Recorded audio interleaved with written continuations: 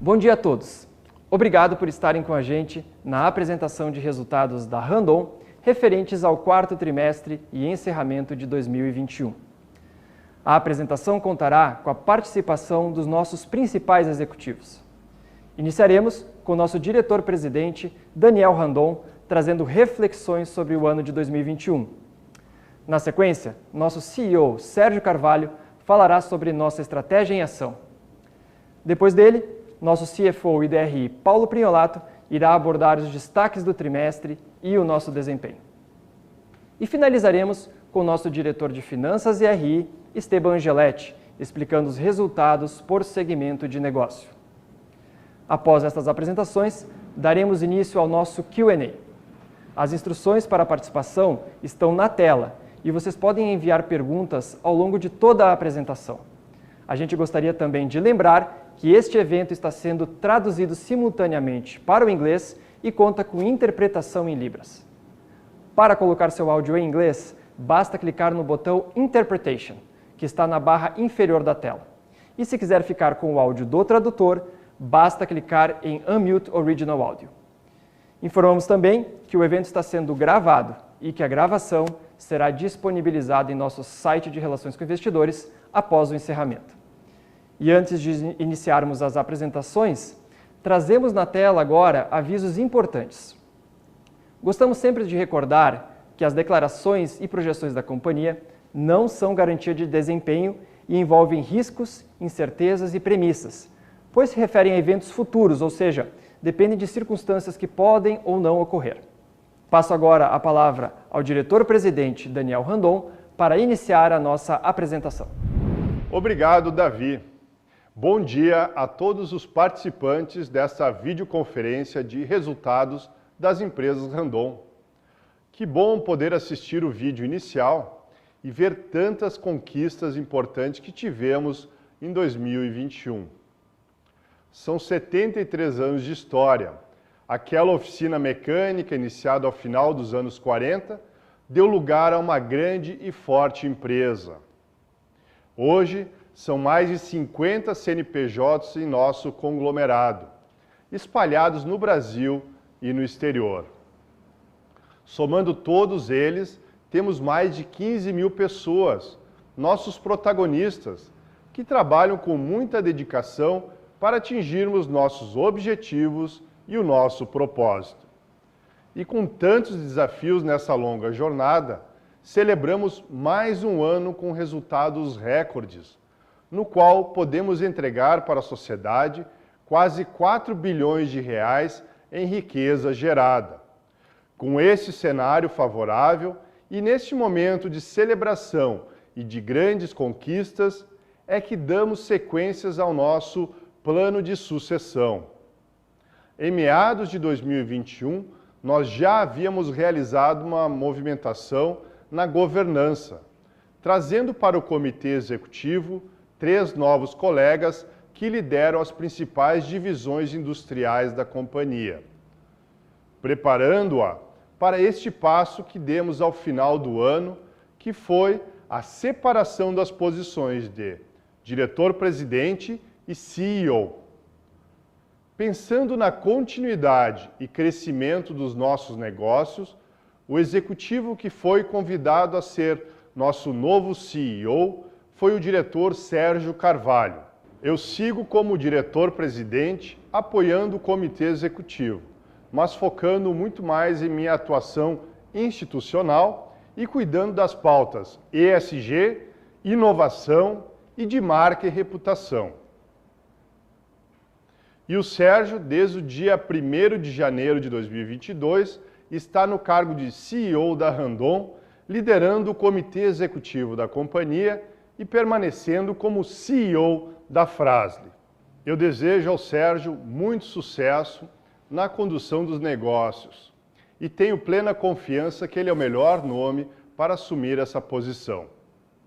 Dentre os meus novos desafios, está acelerar a agenda ESG das empresas Randon. Reforço a importância da sustentabilidade para os negócios. Estamos comprometidos com a condução ética e responsável com o meio ambiente, tendo a excelência e a segurança como um valor para buscarmos a prosperidade para todos. Temos os 5 grandes compromissos que vocês estão vendo na tela, mas não nos prendemos apenas a eles. Onde houver oportunidade de melhorar nossa sociedade, nós queremos estar. Só existirá a Randon no futuro se esse futuro for melhor para todos. Quero agradecer mais uma vez aos nossos acionistas, aos analistas, clientes e parceiros que estão sempre com a gente. E agora, passo a palavra para o Sérgio, para dar sequência na apresentação. Obrigado, Daniel. Saudações a todos. É com muita satisfação que participo com vocês dessa videoconferência pela primeira vez como CEO das empresas Randon. Eu acredito que a vasta maioria de vocês já me conheça pelo trabalho realizado nos últimos anos como COO das empresas Randon e como presidente e CEO da Fras-le, posição que permaneço exercendo, como o Daniel comentou há pouco. Eu assumo esse novo desafio com grande satisfação e com uma ideia de continuidade do trabalho que viemos realizando nos últimos anos. Nós queremos continuar crescendo em taxas aceleradas, mas com um crescimento que seja sustentável. E tudo isso baseado nos mesmos pilares que nos levaram aos resultados históricos dos últimos trimestres. Foco na ampliação do portfólio de produtos, na expansão da nossa capacidade produtiva, em mais eficiência e produtividade em nossas operações, na internacionalização das nossas empresas e um comprometimento muito grande na valorização e desenvolvimento das nossas pessoas, reforçando a nossa cultura. Também continuaremos trabalhando fortemente em inovação e tecnologia em todas as unidades do grupo, com foco em novas soluções, sempre conectadas aos aspectos do ESG. Todos esses movimentos são muito importantes dentro da nossa estratégia e do nosso crescimento. E por falar em crescimento, eu tenho comentado muito sobre o nosso crescimento acelerado. Como vocês podem ver, nos últimos 5 anos, nós crescemos a taxas muito positivas, com um CAGR de mais de 32%. Pessoal, nós mais que triplicamos a receita nesse período e fizemos isso entregando margens robustas e cada vez mais consistentes. Nossos mercados de atuação tiveram um papel importante, com demanda forte nos diversos segmentos e sobre os quais iremos falar durante a videoconferência.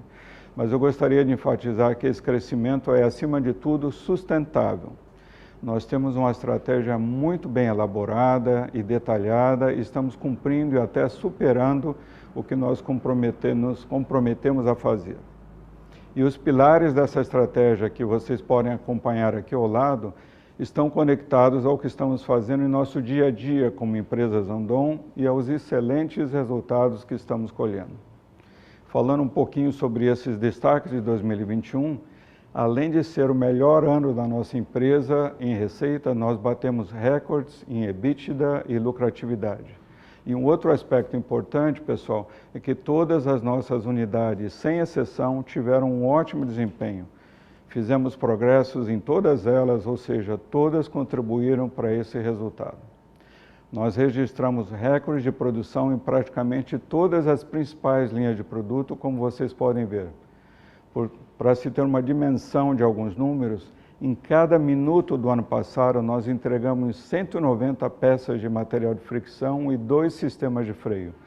Mesmo semi-reboques, que são produtos muito maiores e que levam maior número de horas para serem produzidos, nós entregamos uma unidade a cada 15 minutos em 2021. Números realmente impressionantes. Essas realizações só foram possíveis porque investimos com muita atenção, com muito foco para continuar crescendo, inovando e concretizando nossos objetivos de curto e longo prazo. Realizamos tudo isso controlando nossas finanças e mantendo nossa alavancagem em um patamar saudável.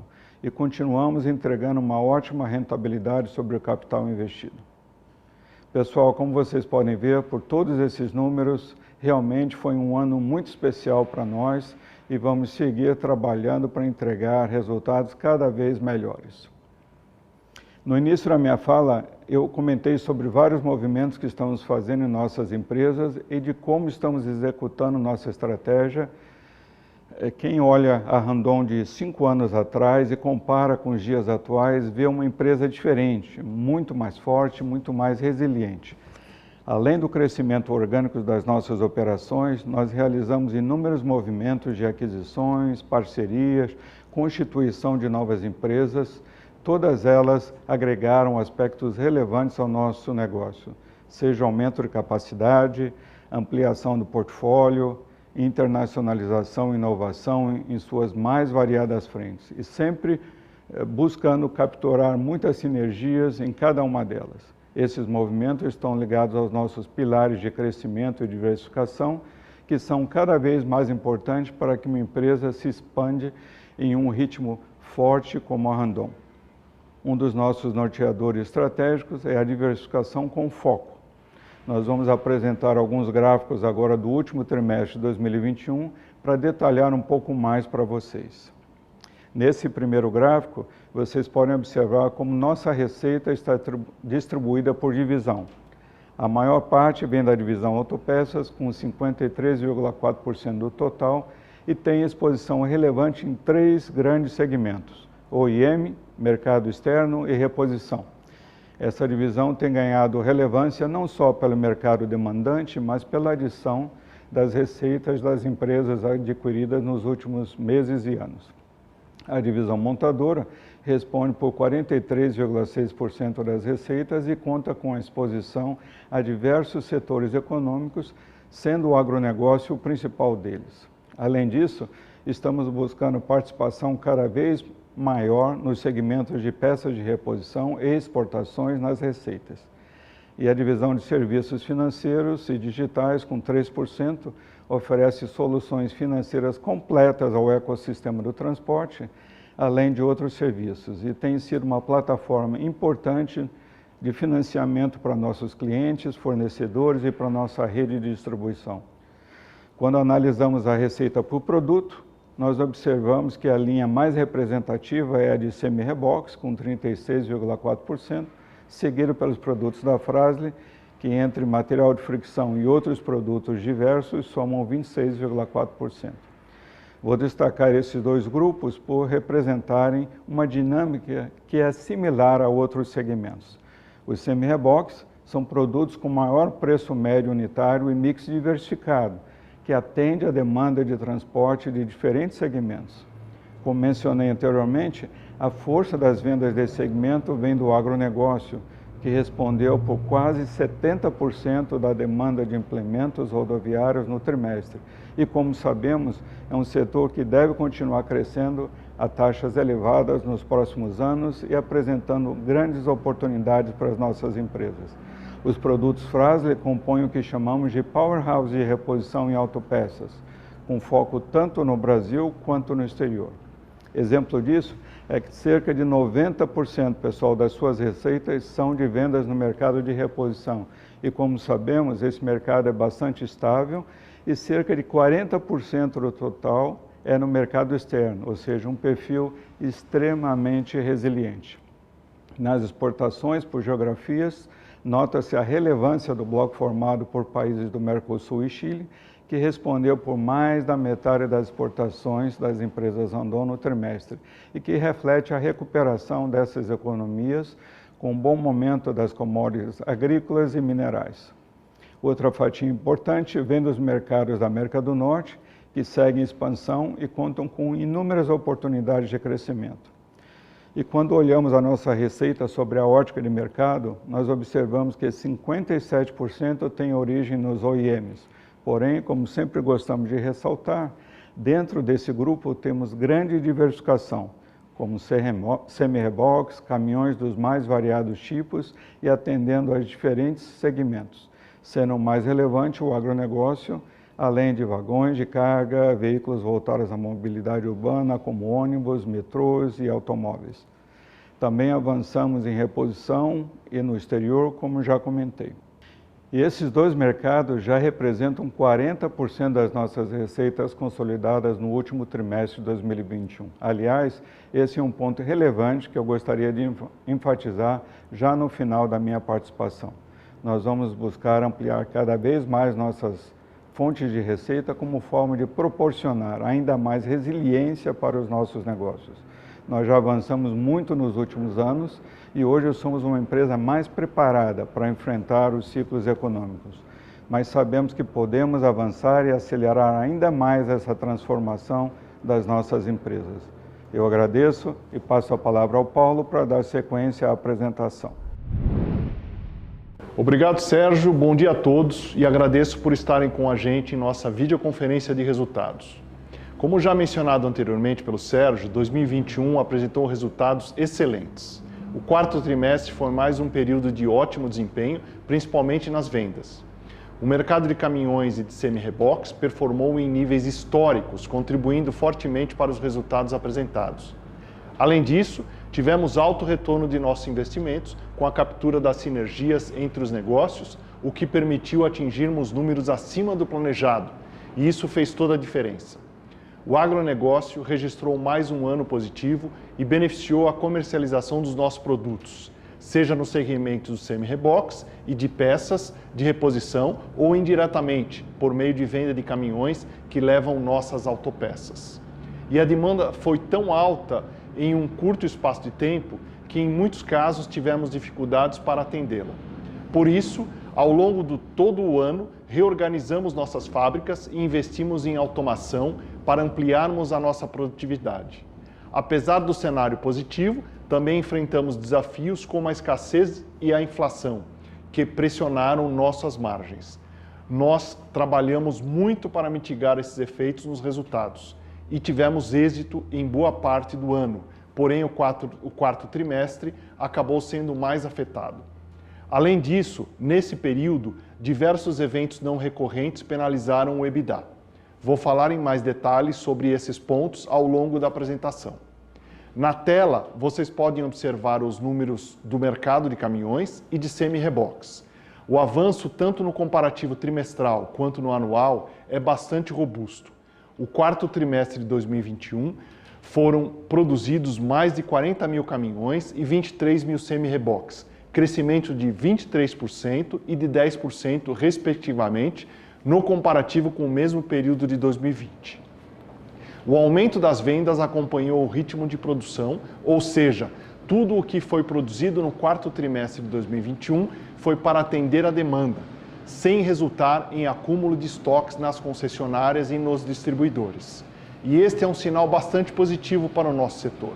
Olhando para o ano de 2021 como um todo, foram fabricados mais de 158 mil caminhões e 95 mil semi-reboques, números muito expressivos e com forte avanço na comparação com o ano anterior. Essa produção atendeu não só a demanda do mercado brasileiro, como também o exterior, que registrou crescimento robusto nos comparativos. Sob o aspecto econômico, tivemos a expansão do PIB e o aumento da safra, e também o câmbio favorável que impulsionou as vendas no mercado externo. Por outro lado, tivemos forte inflação, elevando o preço dos insumos, escassez em diversas cadeias de fornecimento e o aumento da taxa Selic, encarecendo as operações de financiamento. Para 2022, alguns desses desafios permanecem no cenário brasileiro e se somam às incertezas de um ano eleitoral. E é por isso que nós temos investido para fortalecer o nosso modelo diversificado de negócios, mitigando essa exposição aos diversos cenários da economia brasileira, aumentando a resiliência dos resultados da companhia.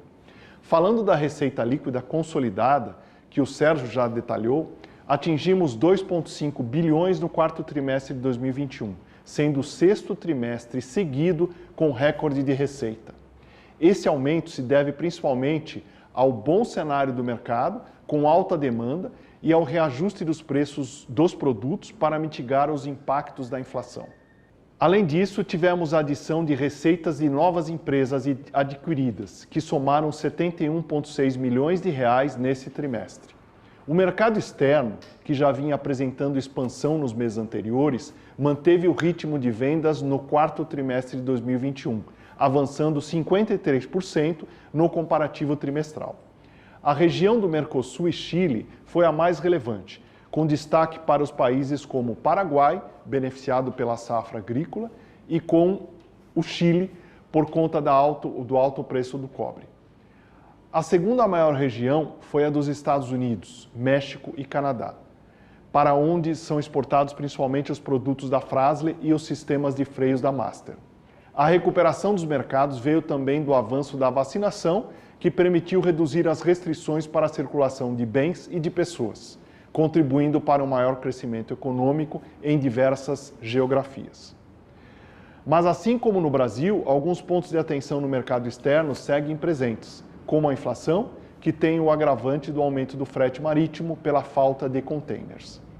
Seguindo para o indicador EBITDA, observamos o aumento no comparativo anual de 10,7% e queda no comparativo trimestral de 61,3%, como vocês podem observar no gráfico ao lado. Essa redução é explicada principalmente pelas receitas obtidas referentes ao processo de exclusão do ICMS da base de cálculo do PIS e da COFINS no quarto trimestre de 2020, em que haviam somado 406 milhões de reais. No comparativo trimestral, quando olhamos para o EBITDA ajustado aos efeitos não recorrentes, identificamos crescimento de 5% nesse indicador. No entanto, a margem de EBITDA apresentou queda de 4 pontos percentuais devido ao aumento de inflação e à escassez de alguns insumos que pressionaram nossos custos de maneira mais intensa no último trimestre do ano. Além disso, tivemos maior efeito de sazonalidade do que no mesmo período do ano anterior. No comparativo anual, também observamos os efeitos dos não recorrentes ao EBITDA. Ajustando o EBITDA de 2021 aos não recorrentes, registramos margem de 14,8%, superior ao ano de 2020. A demanda aquecida nos permitiu ganhar escala produtiva em nossas operações e diluir custos fixos. Além disso, realizamos compras estratégicas para mitigar os efeitos da inflação. Os investimentos em produtividade também foram fundamentais.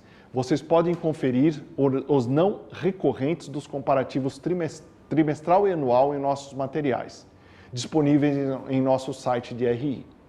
Com um ano repleto de recordes históricos de volumes e receitas em diversas unidades, nossos resultados não poderiam ser diferentes. Somamos ao final de 2021 lucro líquido consolidado de 698 milhões de reais, aumento de 5% frente a 2020. No quarto trimestre de 2021, o lucro foi de 153 milhões de reais com margem líquida de 6%. O comparativo desse indicador também é afetado pelos não recorrentes, que já expliquei anteriormente. Assim como o Sérgio já trouxe na apresentação dele, eu reforço que o lucro obtido foi conquistado por nosso modelo de atuação com receitas diversificadas pelos investimentos feitos e pelas sinergias que temos em nossas empresas. Para termos condições de continuar crescendo de maneira rápida e sustentável, como foi o caso de 2021, precisamos ter solidez financeira. Por isso, temos mantido a posição de caixa robusta, que é importante não só para enfrentar cenários mais complexos, mas também para suportar o crescimento dos negócios e a maior necessidade de capital de giro. Chegamos ao final de 2021 com dívida líquida, sem o Banco Randon, de 1,4 bilhão de reais e alavancagem financeira de 1,07 vezes o EBITDA dos últimos 12 meses. Com o aumento da taxa Selic e do spread bancário, o custo da dívida em reais chegou em 10,9% ao ano. Mas vocês podem observar no gráfico ao lado a estabilidade do endividamento e do nível de alavancagem da companhia nos últimos anos, o que mostra a consistência das nossas finanças. Também quero comentar que tivemos em fevereiro deste ano a divulgação e a liquidação da nossa 9ª emissão de debêntures. Foram captados 500 milhões de reais com vencimento final em 7 anos. Utilizaremos esses recursos para reforço de capital de giro e alongamento do perfil da dívida. Vocês têm acesso a todas as informações dessa emissão, bem como a escritura em nosso site de RI. Falando agora sobre os investimentos, nosso guidance de CAPEX era de 320 milhões de reais em 2021. No entanto, ao final do ano, chegamos ao montante investido de 358 milhões de reais. Esse aumento em relação à projeção se deu principalmente pela antecipação de alguns investimentos que seriam feitos em 2022. Assim, iniciamos esse ano já com nossa capacidade e nossas operações mais adequadas à demanda atual. Investimos em máquinas e equipamentos, automação industrial e em prédios e instalações, como foi o caso da controlada Master, ampliando sua fábrica e implementando processos robotizados de manufatura. No relatório anual da administração, nós trazemos valores detalhados e outros destaques sobre esse indicador. E por fim, antes de eu passar a palavra ao Esteban, vou compartilhar algumas informações sobre a Randon no mercado de capitais. No gráfico em tela, vocês têm os dados sobre o perfil acionário da Randon. Ao final de 2021, a base era composta por quase 41 mil acionistas, com free float de 60,4%. Nesse último trimestre, divulgamos o cancelamento de nossas ações em tesouraria, que acarretou mudança na posição dos acionistas, visto que reduzimos em aproximadamente 16 milhões de ações preferenciais o montante total. Na mesma data, divulgamos o programa de recompra de ações. Convido você a acessar o QR Code ao lado para obter mais informações sobre estas operações. Falando sobre a remuneração da companhia aos seus acionistas, neste gráfico vocês podem observar a evolução ao longo dos últimos anos. Para 2021, estão previstas a distribuição de dividendos e pagamento de juros sobre capital próprio líquido de impostos no montante de 198 milhões de reais. Aqui, já considerando os dividendos a serem aprovados na próxima Assembleia Geral. Eu passo agora a palavra ao Esteban, que explicará o desempenho por divisão de negócios. Obrigado, Paulo. Também quero agradecer a participação de todos vocês nessa conferência de resultados. Eu começo minha apresentação pela performance da divisão montadora, que atingiu receita de 1,1 bilhão neste trimestre. É um aumento de 46% frente ao quarto trimestre de 2020.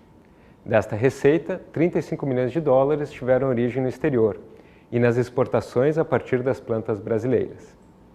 Já o EBITDA totalizou 83 milhões de reais, com margem de 7,5% no quarto trimestre de 2021. Partindo então para a análise destes números, quero destacar os seguintes pontos. Do quarto trimestre de 2021. Entregamos aproximadamente 8 mil semi-reboques, sendo em torno de 7 mil no Brasil e o restante no exterior. Estes números refletem uma produção média diária de 139 produtos. Destinamos bons volumes ao exterior, sendo um dos melhores trimestres do ano. E esta também foi uma das razões pela redução do nosso market share no mercado nacional, que ficou em 28%. Se adicionássemos os volumes de exportações aos volumes do mercado interno, nossa participação de mercado teria sido 4% superior. Outro fator importante para as receitas desta divisão foi a retomada da entrega de vagões ferroviários, que neste trimestre foi de 147 unidades.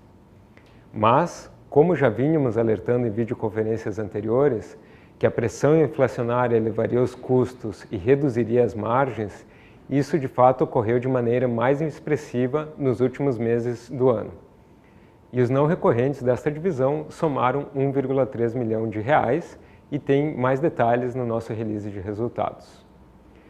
Passando para a divisão autopeças, ela encerrou 2021 com o melhor trimestre de receita líquida de sua história, fruto de bons volumes para as OEMs e reposição e maior preço de venda no mercado. Destaco alguns indicadores. 1,4 bilhões de reais de receita líquida, receita do mercado externo de 56 milhões de dólares e EBITDA de 175 milhões de reais, com margem de 12,9%. Partindo agora para as explicações deste número, na ponta da receita temos demanda muito positiva de OEMs, que inclusive apontam para continuidade de bons volumes no início deste ano, mercado de reposição que tem apresentado oportunidades de crescimento, principalmente em veículos comerciais, e avanços no mercado externo, onde tivemos aumento das vendas das controladas da Fras-le, e que é uma empresa mais exposta aos mercados internacionais, e crescimento das exportações da Master e da Suspensys, com os produtos vendidos especialmente para Estados Unidos e para a América Latina. Também merece destaque o incremento de receita vindo de empresas adquiridas recentemente pela Castertech, que somente neste trimestre somaram 60 milhões de reais. O ponto de atenção fica para o mercado de reposição de veículos leves, que vem sendo impactado pela perda do poder de compra da população com a alta da inflação. Sobre o resultado desta divisão, quero ressaltar as sinergias capturadas com destaque para a Fras-le e sua controlada Nakata, a pressão inflacionária nos custos, que impactou em redução nas margens da divisão autopeças e da margem bruta, que foi afetada por desconto previsto em contrato concedido ao cliente da Fras-le, em 30,5 milhões de reais. Além disso, tivemos eventos não recorrentes que penalizaram o EBITDA aproximadamente em 32 milhões de reais. Recordo que os detalhes estão disponíveis no release de resultados. Por fim, vamos aos números da divisão Serviços Financeiros e Digitais que estão na tela. Esta divisão apresentou um trimestre de crescimento dos negócios, em linha com o avanço das operações industriais, e com isso atingiu uma receita líquida de 75 milhões de reais. No quarto trimestre de 2021, tivemos um avanço de 23% nas vendas das cotas de consórcio, impulsionadas pela boa performance do mercado agrícola, e um crescimento expressivo no número de operações contratadas no Banco Randon, que atingiu em 2021 a marca de 1 bilhão de reais em ativo, com uma base de clientes qualificada. O EBITDA foi de 300 mil reais, com uma margem de 0,4%. No segundo semestre de 2021, foram realizados importantes movimentos de reorganização nessa divisão, com o objetivo de torná-la uma solução mais completa aos nossos clientes, distribuidores e fornecedores. Com isso, tivemos despesas adicionais que afetaram a sua rentabilidade. Além disso, temos outros 2 pontos a destacar que impactaram o EBITDA. O primeiro foi o aumento dos custos de captação do Banco Randon devido ao avanço da taxa Selic. E o segundo é que, com o crescimento das vendas de consórcio, aumentam também as comissões sobre vendas, e isso afeta o resultado no curto prazo, pois a gente tem um descasamento entre a despesa e a receita. Enquanto que a receita que originou a comissão entrará em médio e longo prazo e beneficiará a empresa nos próximos trimestres, a comissão entrou no trimestre, pressionando as margens. Finalizo falando da Randon Ventures, que ao final de 2021 atingiu 18,9 milhões de reais de capital investido em startups. Lembrando que todas essas startups têm sinergia com os negócios das empresas Randon. Agora eu devolvo a palavra ao Paulo, que vai compartilhar conosco as informações sobre o Guidance de 2021 e o Guidance de 2022. Obrigado, Esteban. Bom, após todas as apresentações em que detalhamos os resultados, trazemos na tela os números do nosso Guidance de 2021, com o que foi realizado. Todos os indicadores performaram acima do projetado, principalmente pelo avanço do mercado, já comentado ao longo da apresentação. Passando agora para o Guidance de 2022, começo explicando as mudanças que realizamos para ampliar a qualidade das informações e que refletem de maneira mais adequada a performance da companhia para acompanhamento do mercado. Fizemos 3 mudanças principais. Adicionamos o indicador de margem de EBITDA, substituímos o número absoluto por um range de valores e qualificamos cada indicador informado, trazendo mais detalhes sobre as premissas adotadas para obtermos tais projeções. De modo geral, as expectativas relativas a 2022 são positivas, pois temos a continuidade do bom momento de mercado dos nossos segmentos de atuação, apontado pelas principais associações do setor automotivo e a ampliação das receitas do exterior. Alguns desafios seguem presentes, a exemplo do ambiente competitivo, com ponto de atenção para o cenário de inflação e escassez de insumos. Os investimentos serão realizados para suportar o crescimento da empresa, ampliando a eficiência e a produtividade. Para acessar os detalhes de cada indicador, convido você a acessar o fato relevante divulgado ontem, que está disponível em nosso site de RI. Antes de finalizar, quero convidá-los a participar da pesquisa institucional Investor, que é um importante instrumento de avaliação sobre as nossas práticas de RI. Vocês podem participar acessando o QR Code ao lado.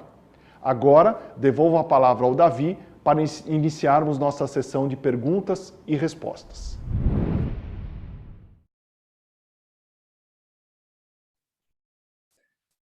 Obrigado, Paulo. Obrigado aos demais diretores. Agora começaremos, então, a nossa sessão de perguntas e respostas. Nós já temos algumas perguntas aqui que foram feitas durante a apresentação e também alguns analistas que pediram para fazer pergunta por voz estão na fila. Então, recordo para quem for fazer a pergunta por voz, é só seguir as orientações que estão na tela agora aqui aparecendo para vocês. A gente vai anunciar o nome de vocês e vai aparecer uma solicitação para abrir o microfone, então é só clicar nesse microfone para abrir o áudio e poder fazer a pergunta. A nossa primeira pergunta, então, vem do Lucas Marchiori, do BTG Pactual. Eu agradeço, então, Lucas, a participação. E, Lucas, pode já fazer sua pergunta. Obrigado, pessoal. O áudio tá bom? Vocês estão me ouvindo bem? Tudo bem. Sim. Fechado. Obrigado, bom dia aí. Obrigado pela oportunidade. Duas questões aqui do meu lado. Vamos começar pelo CAPEX. Queria entender um pouquinho quais são esses novos projetos que estão compondo aí. Entendo que tem um pouquinho da NIONE, tem um pouquinho de Smart Composites. Se vocês puderem pelo menos abrir o breakdown do que vai para cada um desses novos projetos, acho que são pontos que o mercado está querendo entender bem aí, até para saber um pouco dos upsides. Então, se puderem comentar sobre esses novos projetos e qual que é a relevância deles dentro do CAPEX, acho que seria legal. E o segundo ponto, sobre o disclosure que vocês deram agora na margem para o guidance, aliás, fica aqui o elogio, achei bem interessante essa nova disponibilidade de informação para a gente, é muito importante, tá? Vocês até colocaram ali no fato relevante, tem uma questão de pressão de custos, né, para a margem, pensar o repasse de preço para ano que vem. Queria entender um pouquinho quais são os termômetros aqui que vocês estão olhando para repassar preço. A gente sabe que vai vir pressão de custo, tem aí conflito global, né, deve subir o preço das commodities todas aí, então queria entender o que dá para vocês o conforto de conseguir repassar preço. É o backlog que está longo, é a dinâmica de preço que ainda está boa, enfim, acho que pegar um pouco desse sentimento, tá? Essas são as perguntas e deixo aqui o cumprimento aí, o desejo de sucesso para o Sérgio aí na nova função, pessoal. São esses pontos aqui. Obrigado. Obrigado, Lucas, por nos acompanhar. Obrigado pela pergunta também. Começo respondendo aqui, então, a questão do CAPEX, né? Então, a gente anunciou o novo range no guidance divulgado ontem. Esse range, Lucas, ele compreende aí uma série de fatores, né? Então, o primeiro ponto, né, porque esse range um pouco maior em função do tamanho das nossas operações também, se a gente comparar a Randon de 2018 com a Randon de 2021, a Randon de 2022, no período a gente adicionou 18 CNPJs entre empresas novas, empresas adquiridas, e praticamente dobramos a nossa receita, e isso exige também uma demanda de investimento adicional, além de contar também com um cenário inflacionário, uma taxa de câmbio um pouco maior, que contribuem para fazer com que mesmo o CAPEX de manutenção já seja num patamar mais elevado do que foi nos períodos anteriores. Se a gente olhar aqui para a nossa depreciação hoje, só ela anda na casa de 250 milhões de reais, então a manutenção da nossa capacidade já consumiria pelo menos boa parte desse CAPEX. Claro que a gente vem falando para o mercado, né? Está cada vez mais difícil dizer o que é CAPEX de manutenção e o que é CAPEX de expansão, porque toda vez que a gente precisa fazer alguma troca de máquina, alguma manutenção numa máquina, a gente já consegue evoluir para uma máquina que tem uma eficiência maior, né? Seja através de soluções de mercado ou principalmente através da RTS da Alton, aqui, que são soluções dentro de casa. O que eu posso comentar em relação à divisão desse guidance, né, que está no range de 340 a 370 milhões, a divisão dela entre as nossas divisões de negócio, mais ou menos 30% é destinado para a montadora, 68% para autopeças e um pequeno residual, aí 2%, para a divisão serviços. Em relação a, acho que mais um ponto só para comentar, na parte de autopeças, esse CAPEX está direcionado para a Fras-le, que tem o seu guidance divulgado também essa semana aqui, mas também para as operações novas da Castertech, né? Foi mencionado aqui na nossa videoconferência, nos últimos 12 meses a Castertech dobrou a sua capacidade de fundição através de aquisição da CNCS, Fundituba e de ativos da Mainfund, né? Então, como elas são ativos que também estão em ramp-up, eles vão demandar um CAPEX adicional. Isso explica também o porquê colocar um pouco mais de investimento na parte de autopeças. E aí, só para fechar a questão do CAPEX, acho que é importante lembrar que a gente mantém a nossa disciplina financeira, então o nosso cuidado aqui para manter a alavancagem próxima a 1, isso também foi fatorado no momento que a gente tomou a decisão do guidance nesse range de 340 a 370 milhões, ou seja, é um valor que nos deixa confortável em seguir o nosso objetivo de manter a alavancagem sob controle. Com relação a margens e a dinâmica de mercado... Sim, Esteban, perdoe te interromper, apenas para suplementar a tua elaboração, que foi muito boa. Nós, dentro desse CAPEX para 2022, Lucas, além da manutenção, como o Esteban já mencionou, da produtividade, né, automação, expansão de capacidade, que são as áreas que nós temos investido bastante, tem investimentos associados à energia limpa, como parte do nosso compromisso com o ESG. Então, esse ano, pela primeira vez, é uma jornada longa, mas nós já incluímos investimentos associados à redução dos gases do efeito estufa, bem como dos demais compromissos que nós temos nesse item. Eu só queria suplementar que tem uma novidade ali associada ao ESG. Perdão, Esteban. Não, ótimo, Sérgio. Obrigado pelo complemento, bem lembrado mesmo. E aí, Lucas, agora passando para a margem, então, falando um pouquinho de dinâmica de mercado, né? Claro, o nosso quarto trimestre, como a gente vem antecipando, ele foi um pouco mais difícil em termos de custo, principalmente não só de matéria-prima como mão de obra.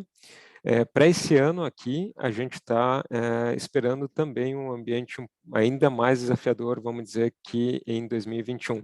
Dito isso, eu gosto de lembrar, né?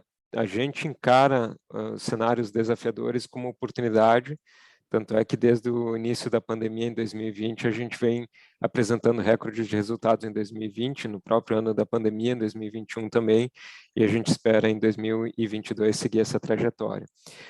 Dentro dos componentes de margem, né, eu diria que se o ano passado talvez a maior preocupação estava em custo, esse ano aqui a maior preocupação vai estar em preço. O custo não é que a gente não deixe de olhar, obviamente fica no radar tanto a inflação de matéria-prima, a inflação de mão de obra e principalmente a disponibilidade, né, de materiais, mas pelas conversas que a gente tem iniciais, elas entram num patamar mais estável do que foi o ano passado. O ano passado foi um ano muito complicado para a ponta de custo, para o nosso pessoal de compras, né? E como eu comentava, se por um lado custos tem um viés um pouco mais estável, por outro lado, preço vai ser uma dinâmica que a gente vai precisar acompanhar mês a mês. A entrada de pedidos até então tem mostrado uma média saudável, em linha com o que a gente viu o ano passado, porém o preço está sendo um item para ser negociado de forma frequente. Né? E isso é por diversos fatores, né? Seja por uma demanda que o mercado espera até um pouco menor do que foi o ano passado, quando a gente olha para semi-reboques, pelo aumento de custo de capital, aí, com a Selic aumentando, isso acaba fazendo com que o custo de financiamento aumente, e seja também pela perspectiva de PIB um pouco menor do que foi o ano passado, um crescimento ou até mesmo um PIB andando de lado aí, em relação ao ano passado. Tudo isso traz incerteza, sem contar que é um ano eleitoral, então a gente deve ver um segundo semestre ainda um pouco mais turbulento do que a gente desenha para o primeiro semestre. Tá? Ficou claro, Esteban. Obrigado aí, pessoal, pelas respostas. Bom dia a todos aí. Obrigado, Lucas. Bom, nossa próxima pergunta, então, é do Pedro Fontana, do Bradesco BBI. Pedro, obrigado por participar com a gente. Pode fazer a sua pergunta. Pessoal, bom dia. Obrigado por pegar minha pergunta. Parabéns pelo resultado. Eu tenho duas perguntas aqui do nosso lado. A primeira é se vocês podem comentar um pouquinho sobre a estratégia de M&A da Randon, quais mercados e segmentos vocês estão olhando, e em termos assim, de timeline, a gente pode esperar alguma coisa já para 2022. E a segunda pergunta é com relação ao mercado de vagões.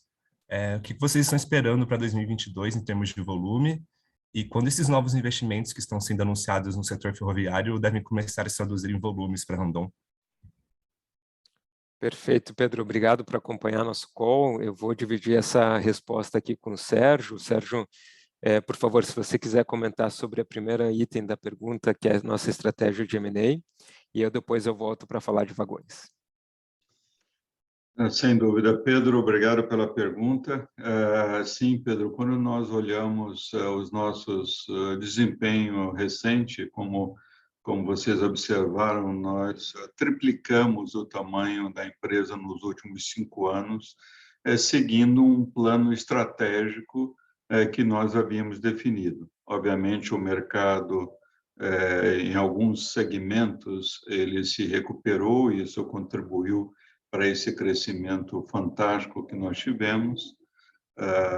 Nós também sabemos que no período mais recente a inflação, a recuperação, né, da inflação de matéria-prima levou a preços de venda mais altos, isso também contribuiu, mas existe um crescimento orgânico com expansão do portfólio de produtos e as aquisições que nós fizemos que tiveram um papel bastante importante nesse crescimento acelerado. E a nossa intenção, como nós mencionamos, é continuar nessa tocada, continuar nesse crescimento acelerado e dentro desse espírito, temos sim intenções de continuar com M&As também.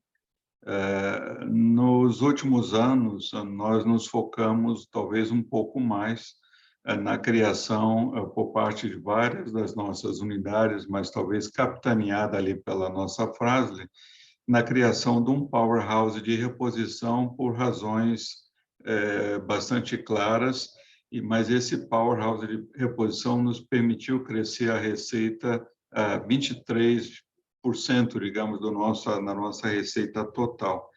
E o nosso objetivo agora é crescer um pouco mais as nossas receitas em moeda forte. Então, nosso foco de atenção no próximo ciclo, ele vai se referir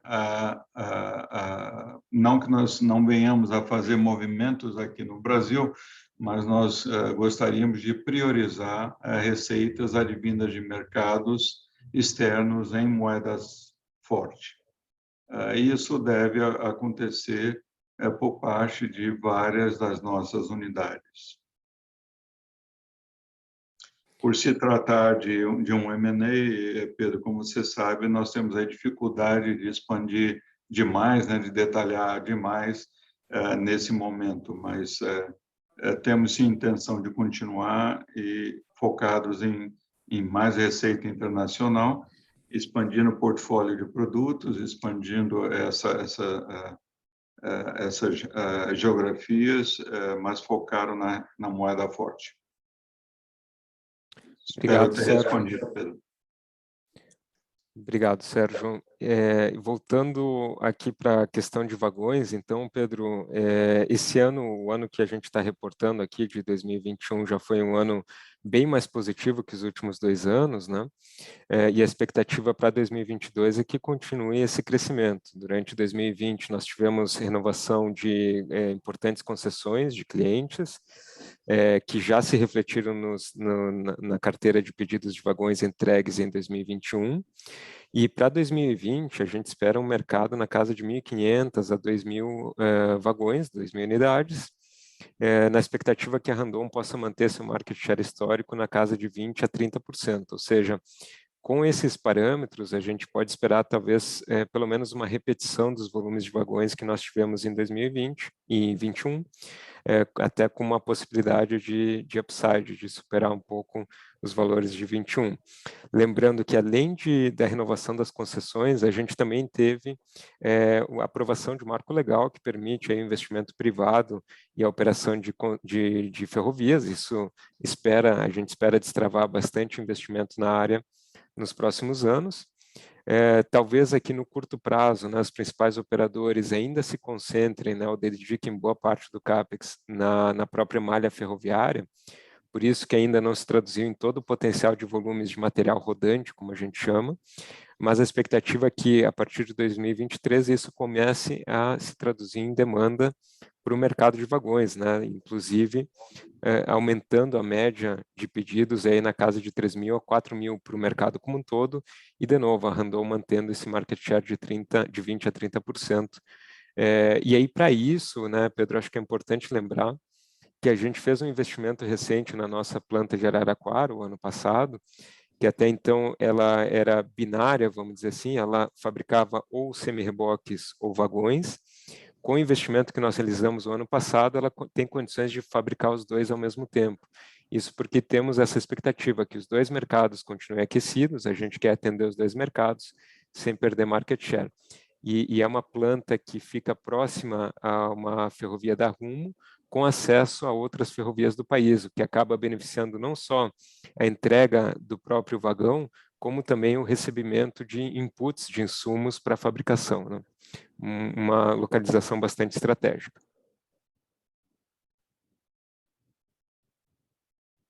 Perfeito, pessoal, muito obrigado. Bom, a nossa próxima pergunta vem do Igor Araújo, da Genial Investimentos. Igor, obrigado mais uma vez aí por participar com a gente. Pode fazer sua pergunta. Sim, vocês me ouvem bem, pessoal? Sim. Bom dia aí, parabéns pelos resultados, tá? A minha pergunta parte, o Esteban já respondeu agora, eu tinha duas. Uma delas era justamente sobre o mercado de vagões de 23 para frente, tá? Mas a segunda eu queria falar mais sobre o backlog de pedidos na parte de implementos. Se você puder comentar como que está ele em comparação com o ano passado, quanto ele cresceu, acho que seria útil, beleza?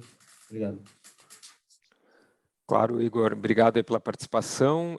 Com relação ao backlog de pedidos, né, referente, se a gente for comparar em relação ao mesmo período do ano passado, a gente está com uma carteira, eu diria, menor, né, na casa de 90 dias, enquanto que no ano passado a gente acumulava uma carteira aí de 120 até 150 dias em alguns momentos, tendo em vista que foram dois fatores aí, o mercado cresceu muito mais do que nós esperávamos, né? Nós trabalhávamos com uma projeção na casa de 10% e o mercado cresceu na casa de 30%, então nem nós, nem outros players do mercado tinham capacidade para abastecer essa demanda. Consequentemente, a carteira, né, o backlog de pedidos ficou mais longo. E o segundo ponto, né, a gente notou uma corrida pelos produtos como forma também de fugir da inflação, né? Então, nosso cliente também quis se antecipar para ter o produto no primeiro semestre como forma de antecipar a inflação, coisa que a gente não está vendo na mesma ordem, na mesma magnitude, pelo menos para esse ano aqui. Perfeito, obrigado, pessoal. Bom dia. Bom, nossa próxima pergunta vem da Andressa Varotto, do UBS. Andressa, obrigado por participar com a gente. Você pode fazer a pergunta também.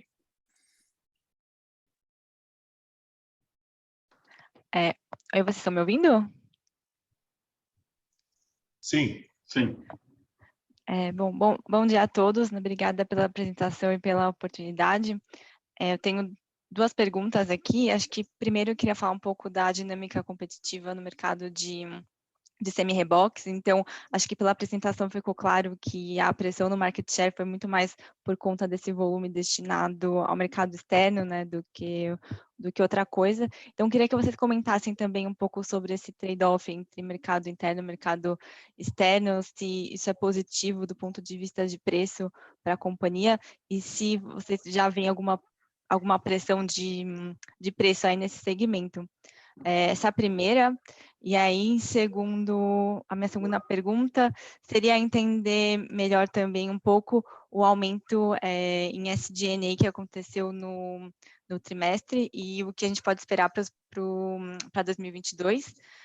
E também entender um pouco melhor o impacto de 30 milhões que teve na divisão de autopeças por conta do desconto contratual. Então, também queria entender melhor esse efeito e saber se existem mais descontos desse tipo, como que é feita essa negociação. Obrigada. Perfeito, Andressa, obrigado. Eu posso começar aqui respondendo a questão da dinâmica competitiva, tanto no mercado interno quanto no mercado externo. Paulo, depois, se você quiser comentar um pouquinho sobre o SG&A, e eu volto para falar sobre o impacto do desconto no cliente de Fras-le, tá? Andressa, então, com relação à dinâmica competitiva, né, nós temos visto um cenário realmente um pouco mais desafiador, né? O ano passado, como eu comentei na resposta anterior, o mercado estava demandando muito mais produtos e existia pouca capacidade produtiva, ou a capacidade produtiva que existia no mercado, na verdade, não era suficiente para abastecer essa demanda, né? E ao longo do ano foram feitas não só adições de capacidade, como a gente também viu algumas operações de consolidação, de parcerias entre concorrentes, o que acabou elevando a capacidade produtiva. Então, quando você combina com um aumento de capacidade e um ano com uma expectativa de demanda mais arrefecida, isso obviamente vai gerar alguma pressão em preço, sim. Nosso desafio aqui vai ser conseguir manter esse market share com a liderança de mercado com um preço que o mercado esteja disposto a pagar, né? Na nossa visão, esse preço já atingiu um teto, vai ser muito difícil fazer repasse de preço daqui para frente. Agora, a nossa missão para defender margens vai ser via ganho de escala e ganho de produtividade, de eficiência interna, tá? Os outros concorrentes, até onde a gente tem informação, né, os principais concorrentes aqui que lideram o mercado juntamente com a Randon, estão na mesma batida, também tem que calibrar a mão em relação a preço, e vai ser uma dinâmica, né, Andressa, se no ano passado, como eu comentei com o Igor antes, o nosso backlog estava garantido em alguns momentos aí por quase 5 meses, esse ano aqui a gente vai ter que revisar a nossa estratégia aí de competição, a estratégia de preço mês a mês, tá? Realmente vai ser um ano que a gente vai ter que andar com mais moderação e ir sentindo o mercado, tá? Paulo, se você quiser comentar sobre SG&A, depois eu volto para falar sobre o desconto de preço. Claro. Andressa, muito obrigado aí pelas perguntas, tá? De fato, o SG&A, primeiro, eu acho que vale a pena comentar. Quando a gente compara com o quarto trimestre de 2020, né, em quarto trimestre de 2020, ele foi bastante impactado pelos eventos não recorrentes, ou seja, foram praticamente ali 419 milhões de reais que impactaram positivamente por conta do reconhecimento do processo PIS/COFINS, né? Além disso, né, a gente teve aí no quarto trimestre de 2021 algumas receitas não recorrentes e despesas não recorrentes. Então, receitas não recorrentes, acho que vale mencionar principalmente a questão de reversão de impairments, né, de controladas indiretas da divisão autopeças, que foram aí um pouquinho mais que 20 milhões, e isso, sem dúvida alguma, por conta das projeções aí melhores em função do que ocorreu aí no ano de 2021. Então, ficamos felizes em fazer essa reversão desse impairment. E, além disso, também algumas despesas não recorrentes, né? E destacando principalmente algumas contingências sobre processos aí trabalhistas na divisão de autopeças, né? Honorários em processos tributários onde reconhecemos os resultados positivos aí em outras linhas, e também atualização na combinação de negócios referentes principalmente ao projeto de aquisição da Nakata pela Fras-le, e também as aquisições que nós fizemos aí de Fundituba e Castertech. Quando a gente faz essas aquisições, a gente já faz um reconhecimento dessa combinação de negócios pelas melhores projeções que a gente tem naquele momento. E como o mercado melhorou substancialmente desde a aquisição, essas aquisições elas estão dando um resultado melhor, que está contribuindo muito para os nossos resultados. Isso é bom, podemos dizer assim. Porém, nesse momento também a gente tem que reconhecer essas participações maiores para os antigos donos, tá? Devolvo a palavra para o Esteban, então.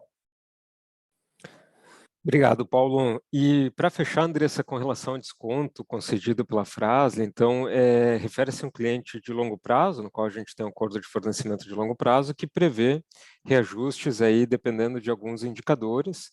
Durante o ano, isso não foi percebido nem pelo cliente, nem pela Fras-le, um dos indicadores não foi superado, na verdade, isso, uma vez que acontece, acaba disparando um desconto para o cliente. Isso foi percebido só no quarto trimestre, e aí para a gente seguir aí os conceitos contábeis de competência, a gente reconheceu tudo dentro do ano, entrou tudo dentro do quarto trimestre, mas parte desse efeito refere-se aos 3 trimestres anteriores e a outra parte ao quarto trimestre, né? E como eu comentei, é um contrato de longo prazo, então isso vai ser revisto também durante esse ano aqui.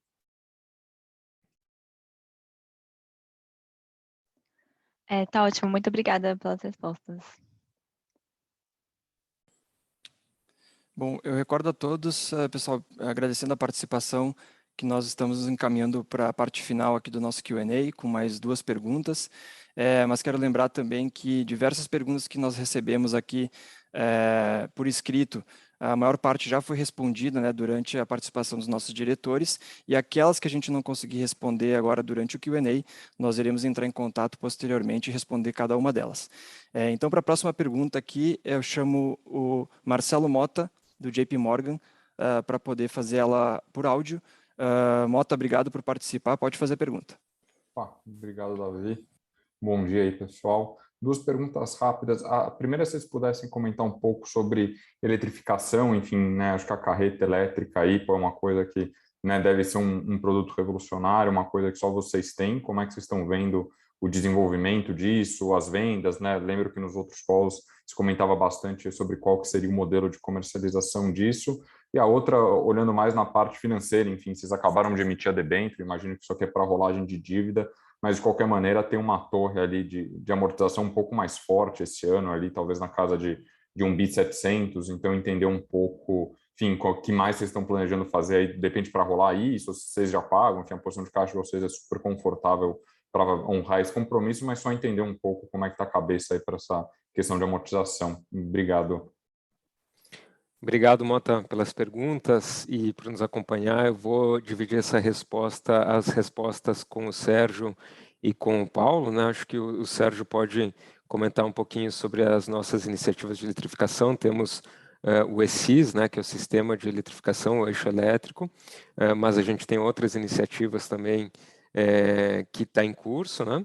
E depois com o Paulo para comentar um pouquinho sobre a posição financeira, mas adiantando, nessa torre de vencimento, ela é do consolidado, a gente tem uma parte importante que é do próprio Banco Randon e que a natureza dele é, obviamente, alavancada, né? Então, isso já está previsto para a gente fazer essa rolagem de dívida. A outra parte que é das operações industriais, que foram cobertas aí, em grande parte já pela captação da 9ª emissão.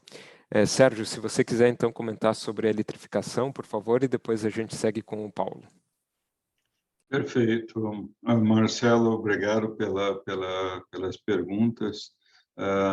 Nós continuamos extremamente positivos, otimistas com relação a esse desenvolvimento nosso brasileiro de um semi-reboque elétrico, digamos assim, se utilizando do nosso sistema ESIS, que envolve um eixo de tração elétrica, motor, inversor elétricos, envolvem a nossa própria bateria mas principalmente um software que controla todo o sistema de atuação desse produto. Nós anunciamos isso há 2 anos atrás, temos trabalhado muito na otimização do sistema, na durabilidade, e chegamos agora a uma fase onde nós temos testes, avaliações já com clientes, com frotistas acontecendo.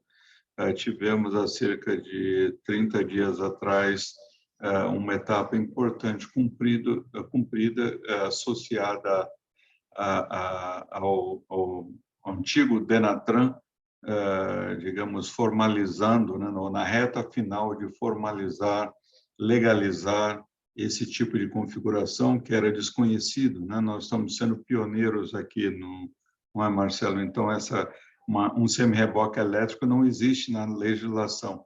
Então, vai existir agora, está na fase final, em consulta pública, mas estamos bastante otimistas. Fizemos todos os desenvolvimentos, o produto está muito mais otimizado com relação àquilo que nós tínhamos no início e continuamos, já acreditamos que esse ano vamos iniciar a comercialização. Como todo produto envolvendo tecnologias assim mais avançadas, existem fases distintas. A primeira fase é aqueles que adotam inicialmente o produto, esse early adopters. Isso tem muito a ver com a imagem das suas empresas, os nossos clientes, né, que vão ser os nossos, tem a ver com ESG, mas empresas que estão dispostas a cumprir com o seu compromisso e vão adotar esse tipo de solução. Num segundo momento, nós vemos ali a empresa já trabalhando no seu business case, os custos desse tipo de tecnologia, principalmente por parte das baterias, deve cair, e muitas frotistas já vão utilizar pensando nos econômicos, melhorando os seus resultados. E, por fim, uma combinação de maior volume com maior queda de custo, aí uma adoção em massa acontece. Então, estamos muito animados e nós temos projetos do ESIS também aplicados a veículos, além dos semi-reboques, em caminhões. Não temos aqui liberdade de expandir muito, mas nós temos um grande fabricante de caminhões que tem trabalhado conosco para a utilização da nossa tecnologia. De forma que continuamos otimistas e esse ano já iniciaremos comercialização. Obrigado, Sérgio. A segunda parte, Marcelo, obrigado aí pela pergunta, tá? De fato, o Esteban já antecipou um pouco, mas a nossa estratégia, de fato, foi antecipar nessa iniciativa dessa debenture de 500 milhões, de prazos e condições bem interessantes, os vencimentos que nós tínhamos aqui na Randon para todo o ano de 2022. Então, isso já está equacionado e sempre ressaltando, né? A gente, de fato, tem mais ou menos aí mostrado no nosso relatório 1,7 bi de dívidas que vencerão em 2022. Metade dessa dívida apontada, ela refere-se ao Banco Randon, e esse montante, ele na realidade, ele aumentou, principalmente porque o banco ele tem um papel bastante importante aí perante a fornecedores ou mesmo operações de vendor e compra no mercado, mas são dívidas naturalmente de curto prazo e a maioria delas aí foi liquidada ao longo do mês de janeiro e a continuidade ela está bem equacionada. Então, quando a gente retira desse montante a parte do banco e focamos na indústria, com essa operação das debentures, o que resta de fato são dívidas dolarizadas, aí dívidas naturalmente de amortizações de pré-pagamento ou mesmo ACCs, que se mantém no curto prazo, e claro, a nossa estratégia é continuar com essas rolagens, tá? Então, em suma, estamos bem confortáveis aí com essa operação das debentures para os vencimentos, cobrir os vencimentos de 2022, tá? Perfeito, Obrigado, muito obrigado, Paulo. gente. Obrigado, Mota. Bom, pessoal, nós vamos passar para a nossa última pergunta. Só antes disso, gostaria de agradecer aqui aos participantes que te fizeram as perguntas pelo chat, a Renata Cabral do Citi, o Carlos Herrera da Condor Insider, o Fernando Leitão da Cunha da Jardim Botânico Investimentos, o Caio Rodrigues da Gartner e o John da Silva, que é investidor pessoa física. Então, agora eu passo para a nossa última pergunta por áudio, que é do Marcelo Áudio, da Cardinal Partners. Por favor, Marcelo, pode prosseguir com a pergunta. Boa tarde, me ouvem? Sim. Ótimo. Eu tenho 3 perguntas, uma por vez. Primeira sobre Nione. Vocês pretendem dar um disclosure mais específico sobre o ano passado? E, ao longo desse ano, vocês pretendem aumentar o nível de disclosure dessa operação? Marcelo, obrigado pela pergunta sobre Naiwan. A gente também aqui vai se acostumando com a pronúncia dela, né, mas é nossa empresa, então, que está explorando o processo de fabricação de nanonióbio em larga escala. Tá? O ano passado, a gente já anunciou um produto em parceria com um fornecedor estratégico, que é uma tinta, né, que já leva o composto da Naiwan. E ao longo desse ano, conforme a gente vai tendo novas atividades, novos produtos, a gente vai informando ao mercado, sim. Mas ainda é uma operação com bastante potencial, mas ainda é uma operação pequena. Então, a gente também tem que ir calibrando o que pode ser divulgado ao mercado e de forma que seja realmente impactante, que importe ao acionista, né? Mas, com certeza, conforme a gente vai tendo novidades, a gente vai divulgando, vai atualizando o mercado.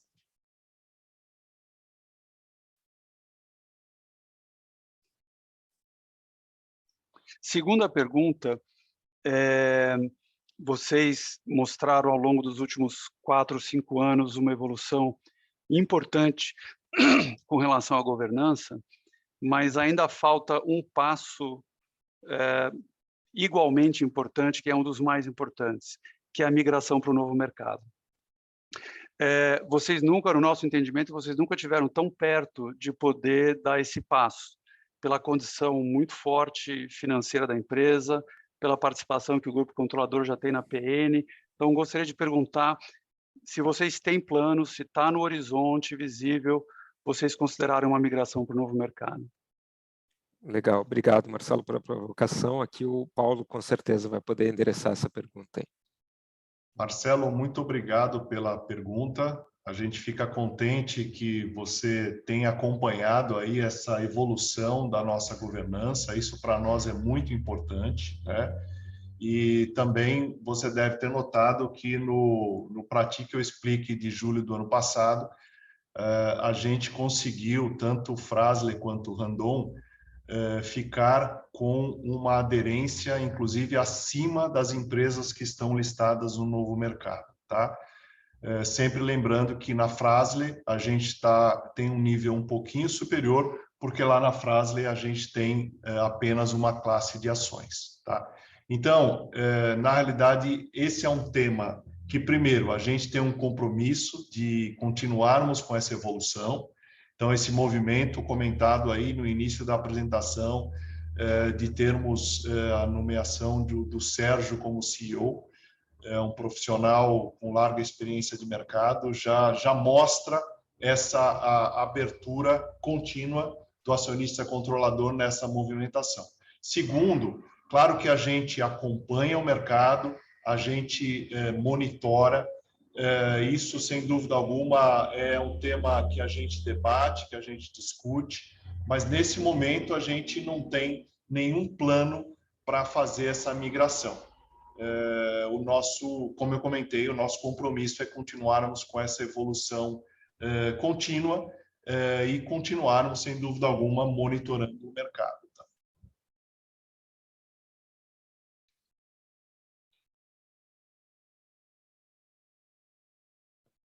Obrigado, Paulo. Marcelo, acho que você tinha mais uma última pergunta. Estão me ouvindo? Sim. Tá. Minha última pergunta é com relação à recompra de ações. Qual é o plano ao longo de 22? Legal, acho que o Paulo também pode endereçar essa pergunta aqui, mas lembrando que o ano passado, no final do ano passado, nós anunciamos, né, um cancelamento de ações em tesouraria e um novo programa de recompra de ações de até 5 milhões de ações, né, para serem executados nos próximos 18 meses. Paulo, se você quiser comentar um pouquinho mais. Sim, Marcelo, obrigado aí pela pergunta seguinte, tá? De fato, nós temos uma autorização do Conselho de Administração para comprar até 5 milhões de ações RAPT4. Esse plano, ele está aberto, ele é válido por 18 meses. E claro, Marcelo, a gente aqui não pode antecipar ou divulgar qual será a nossa estratégia, tá? O ponto é, durante esse período, sem dúvida alguma, nós estaremos acompanhando o mercado. E por que a gente soltou esse plano? Porque a gente entende que hoje o valor de mercado não reflete o real potencial de valor da nossa companhia, tá? Então, mediante a evolução desse plano, com fatos consumados, aí sim a gente poderia ir atualizando o mercado, tá? Obrigado, Paulo. Ok, obrigado, pessoal. Obrigado, Marcelo. Bom, pessoal, nós agradecemos então a participação de todos. Chegamos aqui ao encerramento da nossa divulgação de resultados e do nosso Q&A. Lembrando que todas as perguntas que não foram respondidas por virtude agora, nós entraremos em contato e faremos aí questão de responder cada uma delas. Então, muito obrigado a todos pela participação e até a próxima. Obrigado, pessoal. Obrigado a todos. Bom dia. Obrigado, pessoal. Tudo de bom. Boa tarde. Obrigado, pessoal.